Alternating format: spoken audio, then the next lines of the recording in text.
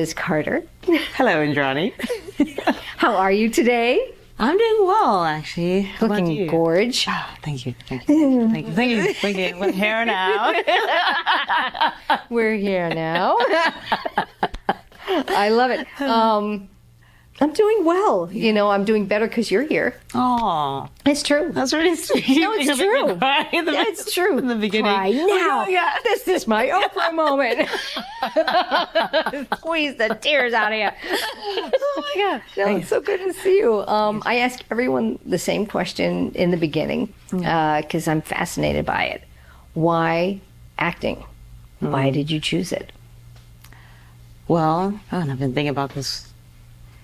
It's interesting. So when I was in nursery school, or like creche, I call it creche. So when I was 6 years old, graduating, going to first grade, we had this play we did, like a Christmas play, and I was cast as the angel who tells the three wise men that Jesus Christ is born. Don't make that face. I'm so crying. So cute. Don't be afraid. I bring you good news. And I was like, At 6? At 6. Oh my God. So you've been a diva actress your whole life. An angel. Better yet. I remember like going home and being serious about it. Like I didn't know how to break it down, right? But like it's like my lines, I gotta get it. I was worried about my lines at 6 years old. I was like, my lines. right. Oh my God. And so I did that, and at home we watched TV a lot. We didn't have money to go out and explore. Right. And So that was entertainment. that was entertainment.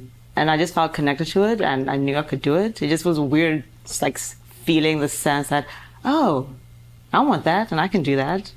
You know, So I just, cool. yeah, I don't know. I was just drawn to it emotionally, though. Right. When you were done with the performance at 6, At 6. Meryl Streep at 6, after the performance, how did it feel? You know, because it's like you prep and you finally do it, and then it's like, you hear the applause. I don't know. It was weird. I know I was present because I remember that. Like I remember, like I was nervous before, and then it's okay. Let's go out. I'm like, okay, with my wings, and I did the performance. I love it. And it was just normal. It was okay. I don't know. It was just, I was happy. You know, I was just like, hey, I did this cool thing. Did everybody say you were so good? I don't remember that. I don't remember. Okay. I just remember the ceremony and getting the graduation gown on, and like getting the little certificate. Oh my God, that is the cutest thing in the whole wide world. I love it. So, yeah, but And how long after that first performance did it take for you to get back into acting, or did you do it from then on? well, that's the thing. I was privileged enough to go to schools that performed a lot. Okay. So every year we would have a performance. But I started getting really anxious, so I never auditioned for Was it anything stage really. fright? I think so. And just like, I think kindergarten, I was, fearless. Like, oh, everyone's fine. We all loved each other. And then you get to first grade, all of a sudden it's like, black kids there, white kids there, Asian kids in this corner, and like you don't mix. And the friends you had in kindergarten, you don't have them anymore. They don't want to talk to you. And I was like, oh my God, what's happening? And so you're just like, Really? it was crazy. Like someone you were best friends with, all of a sudden is just mean and not talking to you. Wow. And so a lot of anxiety came into that, and but we would be in the ensemble and like dancing and singing and like, doing all these things on stage, and I enjoyed that. So I kept doing it. I mean, I don't know when would it stop? I don't know. But like I kept doing it, and then at like 10, I was like, no, I'm going to be an actor. Like I knew it. I was like, I am going to do this, and I'm going to be in Days of Our Lives. That's what we used to watch. Because that's what you used to watch. Great. That's great. Yeah. Oh man. So at 10, did you work, did it take a while to get to the professional level? Did you get more work, or was it just like this, nothing for a while? Like, what does that look like? Well, here's the thing. I'm from a family that didn't have much at all. Yeah. My mom was a woman who moved to South Africa alone, and she was lucky she got a job in a nice area as a maid, like a B&B, a lodge. And so I got to live there and was pretty quiet and peaceful and go to good schools because they were in the area. But like, you want to be an actor? Like, I was like, what? we need to get food on the table. Like no one cared. So like I was going through this alone. Like I want to do this. I want to act. I want to, I wish I could do this, but no one helped because they didn't know how to help. There wasn't time to help. But what I started doing at some point was making sure I got onto TV every year, no matter what it was. So, okay, oh my gosh, I'm gonna start crying. I don't want to do that. I love this.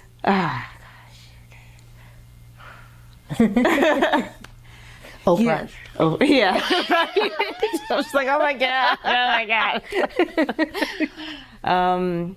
Yeah, because we had not little, but we had TV shows, and we had like kids on whatever show, and they also used to come to different schools and interview kids for like educational shows.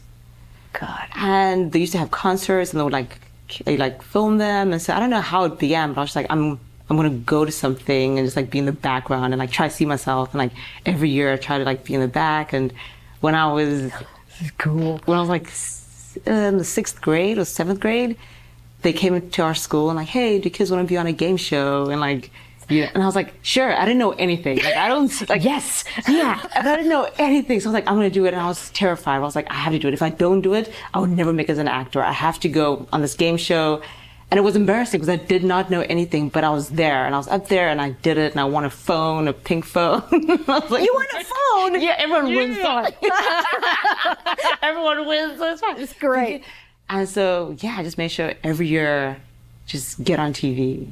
Doesn't matter what it is. And it just kept on happening. It was weird. It's like, oh, we're interviewing kids. Come on. Okay, great. I'll give you an answer. And It's like you were manifesting at this and young age. it just kept on happening. And I was like, yes, I'm doing this, That's pretty cool. Yeah. So what are you manifesting right now? Oh, man. Series regular. Oh. Like, Yes. yeah. Series regular. Series regular. That's really cool. Because you're on the path right now. Yes. Things are picking up. You've got that momentum. Is it, do you ever find yourself, see, because I love talking to actors in the beginnings of their career. It's just so exciting to watch. Do you ever feel like you self-sabotage, self-doubt? You know what I mean? Because that can possibly, creep in there. Yeah, I think in last year that crept in because, when I first moved, or before I moved, I was like, okay, I'm going to go to the school, I'm going to do these classes, and I was online, like, how do I get this agent, that agent, like, what do I need, how do I get my SAG voucher? And so, like, I had that list. I got here within that year, I reached all my goals. I was like, great. Yes. I was like, next year then, I'm Ultimate manifester, my God. And I was like, I'm going to do this, I'm going to do this, I'm going to do that. I'm like, minimum 2 co-stars. But you have to. But I did that the second year. And then the third year. And then the third year, I was like, yeah, I want to do this. But I have to admit, I was a bit shaky with it. So I was like, oh, I want to, Self-doubt started creeping in. I was like, okay, I've done this. But with that, I didn't want to, I don't know, it was weird. Like, I just found it difficult to believe that I would be like recurring or like I'll keep booking. And so I had the goal, like I want this, but it was shaky. So last year, not much happened. And Isn't that interesting? You wholeheartedly did it before, manifest this, complete like positive, and then that one year it's like, it's like maybe that's when it wavered. So that energy. People poo-poo it, but I'm like, it's a real thing. I was like, I know, it's real. But it gets you get scared, and you just Yes, of course. People's energy creeps in, and like, oh, their self-doubt, and you're like trying to Rubs off. It rubs off, and you're trying to like help them, and you're like talking to people, and you're just like, oh wait, should I feel insecure? I don't feel insecure, but they're feeling insecure. Yeah. Should I feel insecure? Maybe I'm supposed to be. Yes, that whole like, why do I believe in myself so much? Maybe I shouldn't. Yes. Am I just an arrogant actor? Am I self-sabotaging by being so Am I confident? delusional? Right? Yes. And so that feeds in, and you're like, oh, well, maybe I was right, because look at this year, it didn't happen. But then I was like, no, I'm going to book something. Going back to your original way of working and operating. That's how it's been. Like every time I was like, the first co-star I got, it was in August no, 2021. And I said to myself, I don't know what, but I'm going to book something. I have to. It's for my birthday. September is my birthday month. I don't even know why. A few days later, got the audition, booked it. And I was like, okay. Yes. So it just, and I filmed it like 4 days before my birthday. So I was like, okay. But then again, I don't know, you just self-doubt. You don't trust your powers. Yes. Yes. Yes. Yeah. That's really what can happen. It is so cool to hear it. Like, because you hear about it so often, but I mean, you really put it into serious practice. Yeah. It's very cool. God, you kind of blew me away with that one. It's like, wow. I've never met someone who like really did it so succinctly. What is your biggest fear? In this career? In this career, I think not achieving everything I want to achieve. You know, it used to be, getting there and then not being satisfied or like not being happy because everyone tells you, oh, these are things that make you happy, and everyone knows by now that it doesn't. But now it's just like, just for some reason, self-doubt, self-sabotage, not feeling like I will get there even though I've always known I can. But I don't know, it's like you start going through the journey and all of a sudden it just seems like, be realistic. You know, like people like, just be realistic. I'm like, no, that's not realistic for me though. Realistic is all that for me. I don't know. I want to dream. I want to be realistic. Yeah. Like, what are you talking about? That's insane. I understand that. Yeah, and I think TV helped as well. Like I used to watch a lot of documentaries. I've always been a documentary child. And I'll sit there, I'm like, Why documentaries? We had like 4 channels growing up. Oh, so that's why.